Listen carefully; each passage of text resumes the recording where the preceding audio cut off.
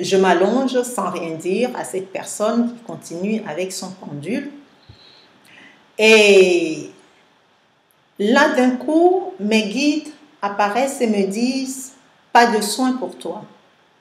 Puisqu'effectivement, cette personne fait les registres akashiques et apparemment, elle soigne. Sur un plan, je ne sais pas où, mais elle soigne. Donc, j'entends « Pas de soin pour toi ». Qu'est-ce que je fais? Première chose, je me protège. Et tout de suite après, je vois que les guides mettent autour de moi une protection. Donc, bon, je restais là à regarder la personne faire son truc. Et ce que je vois était totalement incroyable puisque c'est la toute première fois que je vois aussi clairement, je dis, un égrégore au-dessus d'une personne, aussi clairement. J'en ai vu très flou, très, voilà, qui voyage dans l'aura au-dessus des gens. Mais là, c'était carrément densifié et posé au-dessus de la personne, comme si vous étiez assis sous un toit.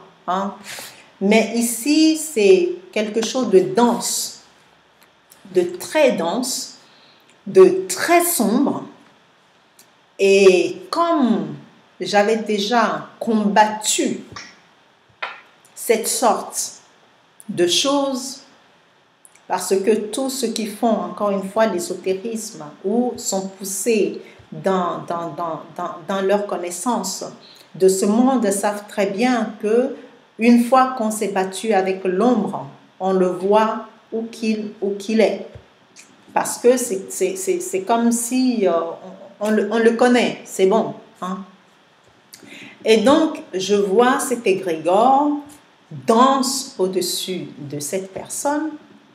Et là, moi, j'étais stupéfaite. Je la regardais tourner son pendule et dans ma tête, je me disais, la pauvre. Bon, bref.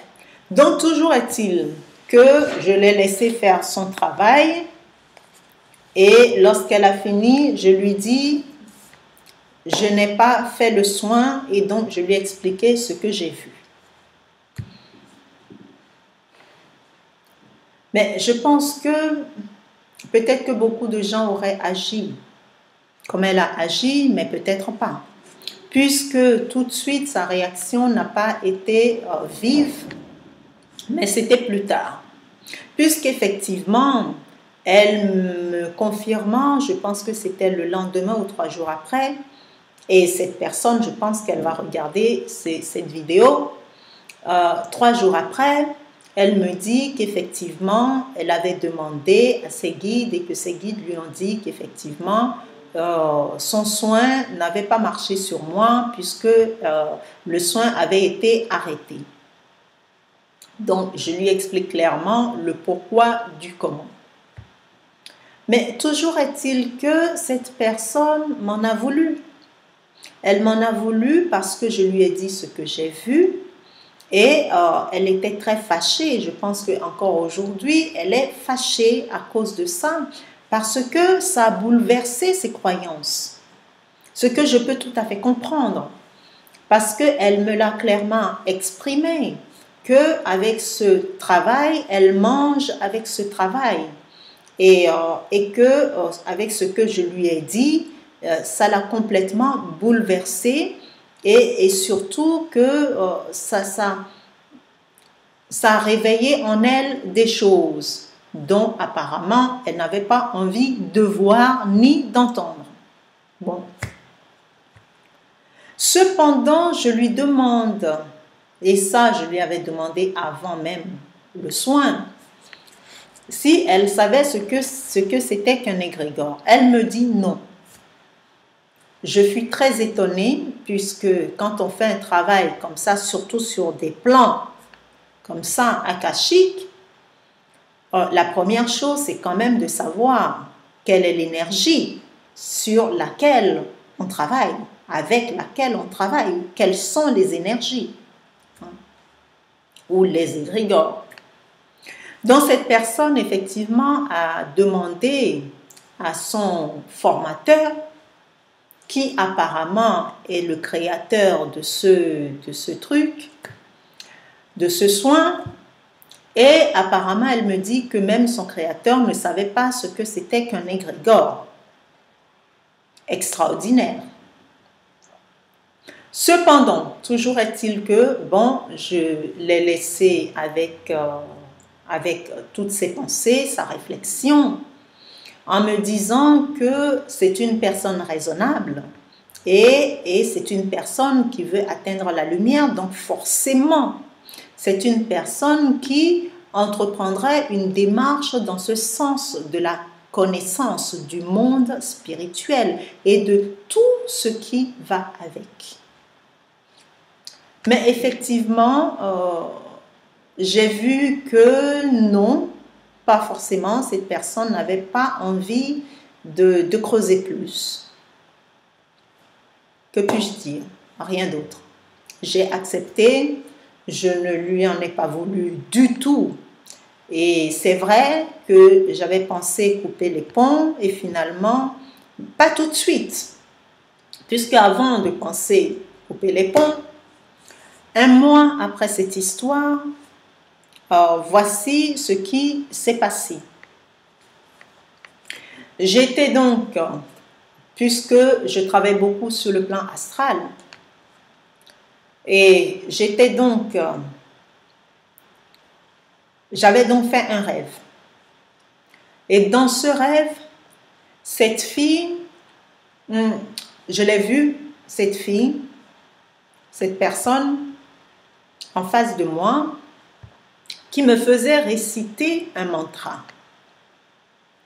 Bon, ce mantra disait ceci: je jure, moi, Jenny, de ne jamais plus faire de bien. Et ça, c'est véridique. Véridique. Elle me dit ça et, et donc je me dis, dans le rêve, je réponds,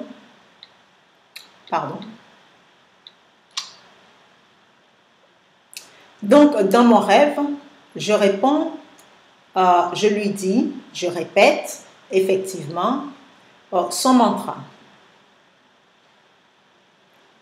Je répète son mantra. Et pas jusqu'à la fin. J'ai dit, moi, Jenny, je jure, et là, je dis que je ferai toujours du bien. Et là, elle s'était mise en colère, me dit, non, pas comme ça. Tu dis, moi, Jenny, je jure que je ne ferai plus jamais du bien. Et je reprends, je dis, moi, Jenny, je jure que je ne... Et là, quelqu'un me touche. Je sens vraiment quelqu'un qui me touche. Et j'ouvre les yeux dans mon lit, je me réveille. Et là, je me dis, ça y est, je viens d'échapper à ma propre perte. Et donc, forcément, j'ai compris que ce n'était pas, parce que c'est ce qu'il faut comprendre, que ici, ce qui se passe, ce n'est pas la personne elle-même qui est devant moi. Il faut le savoir. Il faut savoir cela. Ce n'est pas l'âme de la personne qui est devant moi et voulant me corrompre. Corrompre mon énergie, corrompre ma lumière. Non, c'est son égrégore. C'est l'égrégore sous laquelle cette personne travaille, parce que cette personne elle-même, apparemment, même si on lui dit clairement, n'a aucune conscience tellement elle est absorbée dans cet égrégore. Donc, la seule façon pour son égrégore de se débarrasser de moi, puisque je suis devenue un danger pour cette personne, puisque grâce à moi, cette personne pourrait peut-être retrouver ses esprits. L'égrégore s'était manifesté dans mes rêves pour me corrompre. Et il faut savoir que c'est ainsi que les choses se passent. Et souvent, les gens voient d'autres personnes dans le rêve. Souvent, ça arrive en Afrique beaucoup. Où on parle, on dit que telle personne m'a attaqué dans mon rêve parce que c'est un sorcier. Alors que non, il faut comprendre bien ceci. La compréhension et le discernement est très important. La personne est sous un égrégore, c'est-à-dire cette personne, son âme ou bien son être est possédé par cet égrégore. Donc, c'est l'égrégore qui prend le visage, qui prend l'apparence de cette personne. Et évidemment, ce qui dans ce rêve est complètement caractéristique de comment ça se passe, c'est que j'adore cette personne. J'adore réellement cette personne. Et d'ailleurs, même la personne dont je parlais avant, qui est médium, c'est une personne à qui je ne peux jamais en vouloir. Donc, cette dernière personne, je l'adore. Donc, je pense que devant ma façon d'être, l'égrégore a saisi cette opportunité du fait que j'avais beaucoup de considération, d'affection pour cette personne, pour se présenter devant moi et me faire n'importe quoi. D'où un grand discernement dans ce que nous faisons. Un très grand discernement. Parce que si cette nuit-là, j'avais été au bout et que mes guides n'étaient pas là pour me réveiller, aujourd'hui, je ne sais pas. Parce que je ne suis plus allée de l'autre côté. Donc aujourd'hui, je ne sais pas si je serai là en train de vous parler de ça. En tout cas, je ne saurais pas ce que serait ma pensée. Donc ceci est très important. Et c'est pour ça que pour moi, c'est un cri d'alarme que je pousse à tout travailleur de lumière, à tout chercheur de lumière, à tous les thérapeutes en Occident, qu'ils sachent que leur égrégore, l'égrégore de l'Occident, est totalement corrompu. Ce qui fait que les égrégores individuels le sont tout autant. Donc, il est très important de faire attention, d'avoir un grand discernement et de surtout veiller à savoir sous quel égrégore on travaille. Un jour, nous parlerons du rôle des égrégores, surtout chez les thérapeutes, comment est-ce qu'un égrégore recrute. Je parle bien de recrutement. Et c'est réellement cela. On dit récolter des âmes. Les égrégores, les vampires, récoltent des âmes. Il ne faut jamais oublier ceci. Donc, il faut savoir que chaque personne qui travaille ou bien qui veut entreprendre ce chemin de lumière doit se dire une première chose. Ce n'est pas un chemin facile. Pas du tout. Parce que là où vous cherchez la facilité, vous entrez directement dans l'égrégore, dans le foyer malfaisant.